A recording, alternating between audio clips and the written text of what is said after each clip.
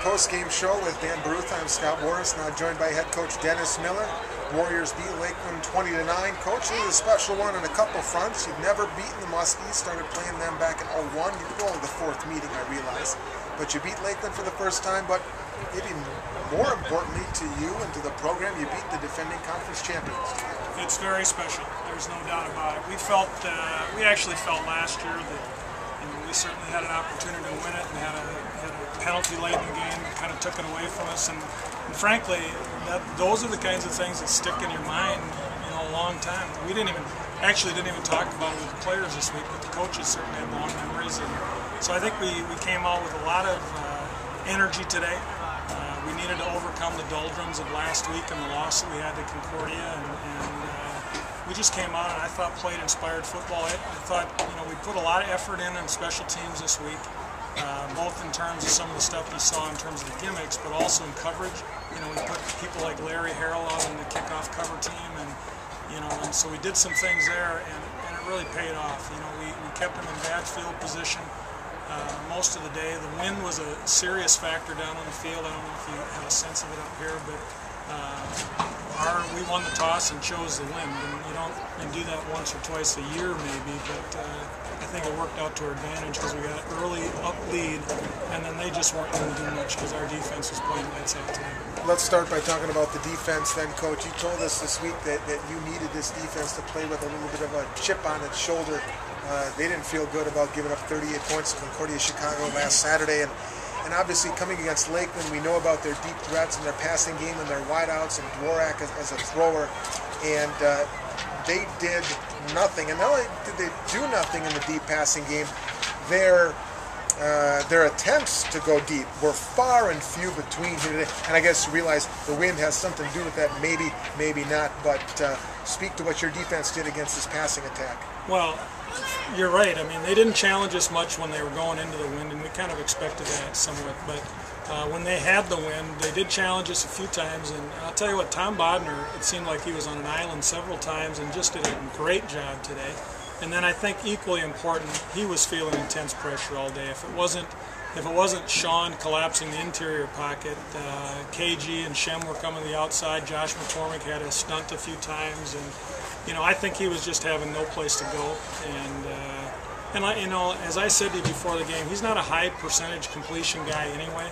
And then when you start rattling his cage with that kind of pressure, he was having some problems. And frankly, there were several coverage sacks where there were just nobody open, and he had to eat the ball.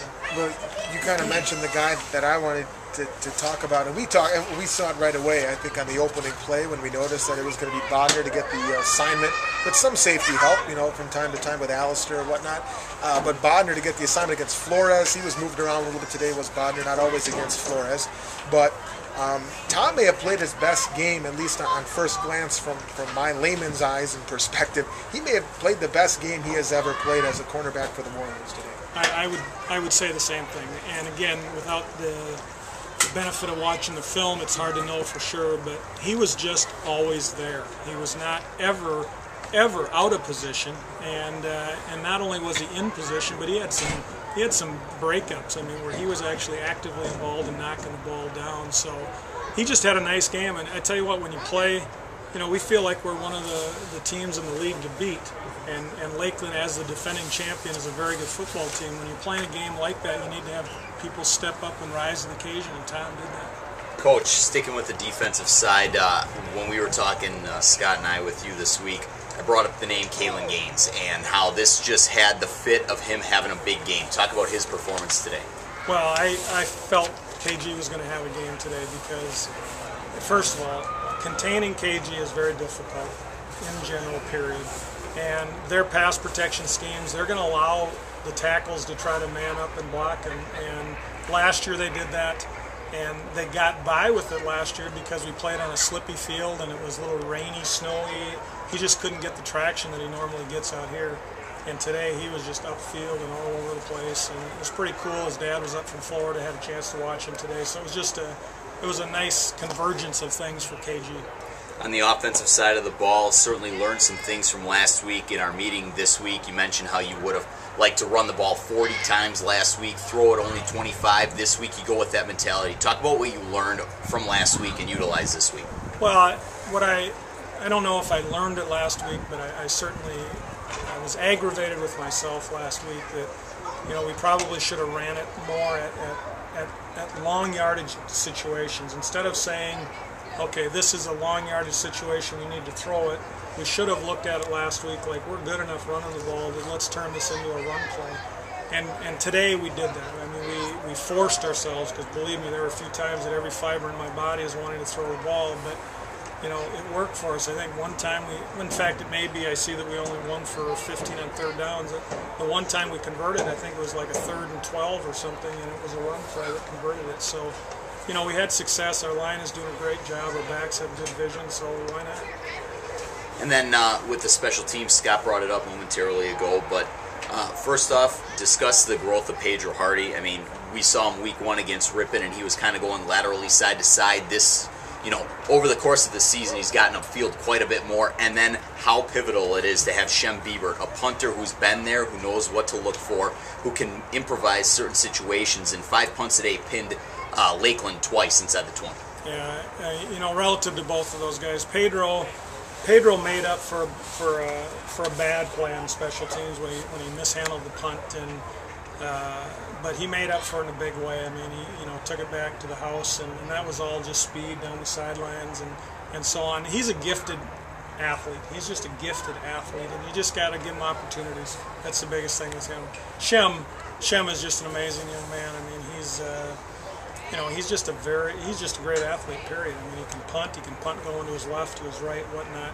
I'm convinced the reason that he kept the ball on the one that he got tackled on was because he gained 25 on the other one. I mean, I think he had some success with it, and it looked to him kind of like the similar kind of play, and he kept it. But that was the only thing that didn't turn out for us, I think, in terms of the special teams. I mean, we did a nice job on the behind center fake punt, and Josh McCormick did a nice job at taking the ball and going with it, and I was just really pleased. Dave Archibald has done just a wonderful job on special teams.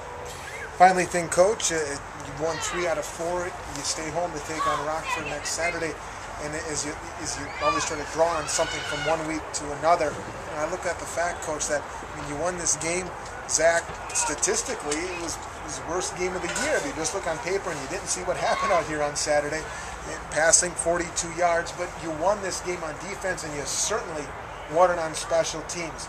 I'd imagine that gives your squad a great deal of confidence, knowing if one of the 3 facets of the game maybe has an off day or just isn't asked to do a lot from time to time, we can still win football games against quality opponents and close football games too late.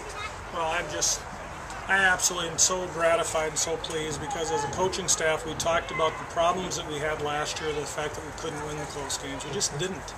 And this year it was a mindset that we're going to win the close games, and we're going to have to figure out how to do it. And you're exactly right. I mean, offensively, I'm looking at the stats. I don't feel bad about what Zach did today at all. We didn't ask him to do a ton throwing the ball. 2 of the 4 quarters, the wind was enough of a factor that no sense putting it up. Their blitz package was such that I didn't want to risk getting into a long yardage situation, and so we just, we rode the horse that got us there, and I thought he was very good. I hate to use the word manage a game, because people connote that with negative, and I don't mean that in any way. Zach really managed the game well. He did what we asked him to do. He made plays that we asked him to make, and other than that, he just had a calm demeanor on the field and kept things